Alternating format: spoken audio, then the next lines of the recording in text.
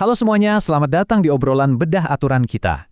Kita lagi ada di fase pergeseran paradigma yang benar-benar krusial buat sistem pengadaan nasional kita nih.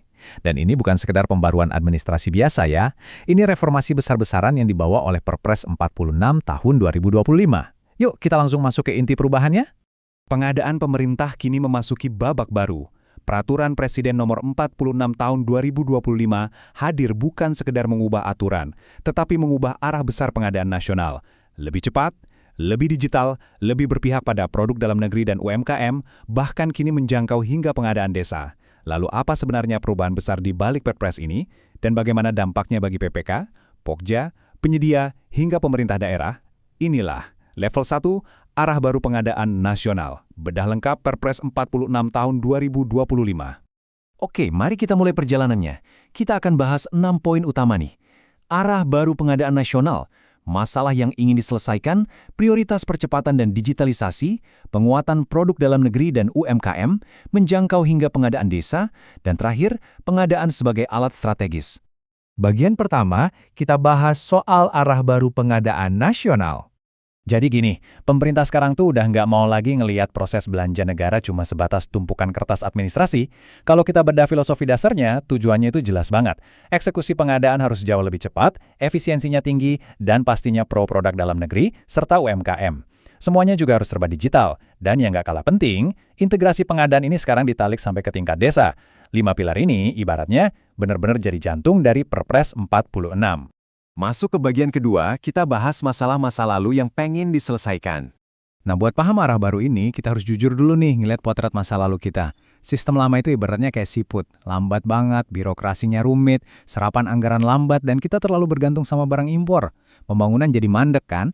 Sekarang, coba bandingkan dengan arah baru ini. Melesat kayak roket, sistemnya dibikin cepat, berbasis digital lewat e-purchasing, dan sangat memberdayakan produk lokal. Metode pemilihan sekarang dibuat super fleksibel, biar pelayanan publik nggak lagi terhambat aturan yang berbelit-belit. Lanjut ke bagian ketiga, prioritas percepatan dan digitalisasi. Nah, hal yang paling menarik di sini khusus buat Anda yang kebetulan menjabat sebagai PPK atau anggota Pokja. Tolong perhatikan kata yang krusial ini, wajib. Pasal 38 ayat 8 secara tegas mewajibkan penggunaan aplikasi elektronik yang punya fitur transaksional. Ditambah lagi amanat pasal 11, di mana PPK wajib menginput e-kontrak. Jadi selamat tinggal deh sama tumpukan dokumen manual. Dari e-purchasing sampai marketplace pemerintah, sekarang semuanya harus terekam secara digital, akuntabel, dan pastinya super cepat. Bagian keempat, kita masuk ke topik penguatan produk dalam negeri dan UMKM.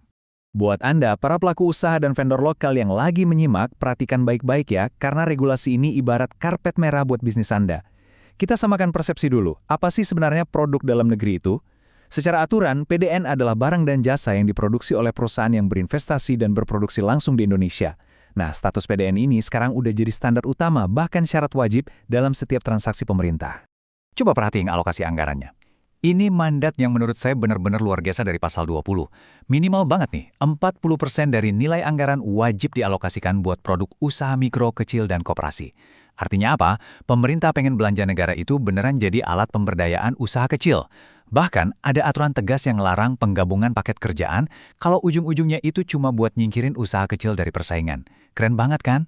Dan tunggu dulu, masih ada lagi nih, angka 50%. Ini benar-benar sebuah game changer buat teman-teman UMKM. Berdasarkan pasal 29, uang muka buat UMKM sekarang bisa dikasih maksimal sampai 50%. Kita semua tahu lah ya, kendala terbesar pengusaha kecil pas menang tender itu biasanya nyangkut di cash flow. Nah, dengan modal kerja di awal yang segede ini, pemerintah mau mastiin banget kalau UMKM itu punya napas panjang buat mengeksekusi proyek dengan kualitas yang paling maksimal. Komitmen pro-lokal ini benar-benar dikunci mati di pasal 19 ayat 1.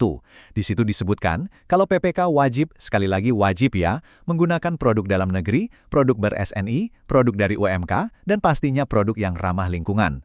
Klausa hukum ini memutar balik kebiasaan lama kita dan langsung ngejadiin belanja negara sebagai mesin penggerak industri nasional yang masif. Sekarang kita masuk ke bagian kelima, jangkauan yang kini sampai ke pengadaan desa. Ini kabar yang super penting buat teman-teman aparatur desa di seluruh penjuru negeri. Kalau dulu fokus utama pengadaan itu cuma muter-muter di kementerian, lembaga, atau perangkat daerah aja, Perpres 46 ini ngambil langkah historis.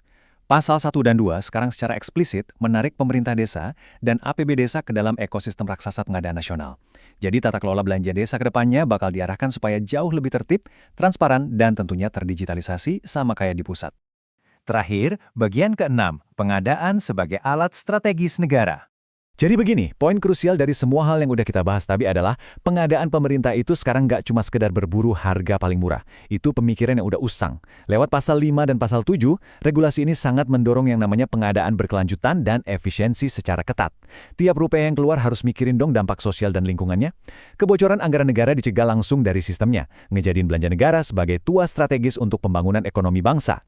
Kalau Anda harus mengingat satu hal aja dari seluruh obrolan kita hari ini, ingat aja kalimat inti ini. Perpres 46 tahun 2025 mengubah pengadaan pemerintah menjadi lebih cepat, digital, berpihak pada produk dalam negeri dan UMKM, efisien, berkelanjutan, serta menjangkau sampai pengadaan desa. Ini dia ringkasan kerangka besar reformasi yang lagi benar-benar kita jalani sekarang. Nah, kita udah sama-sama ngeliat betapa masifnya perubahan yang dibawa sama Perpres 46 tahun 2025 ini. Dari yang awalnya sistem manual yang lambat, sekarang berubah jadi ekosistem digital yang lincah banget.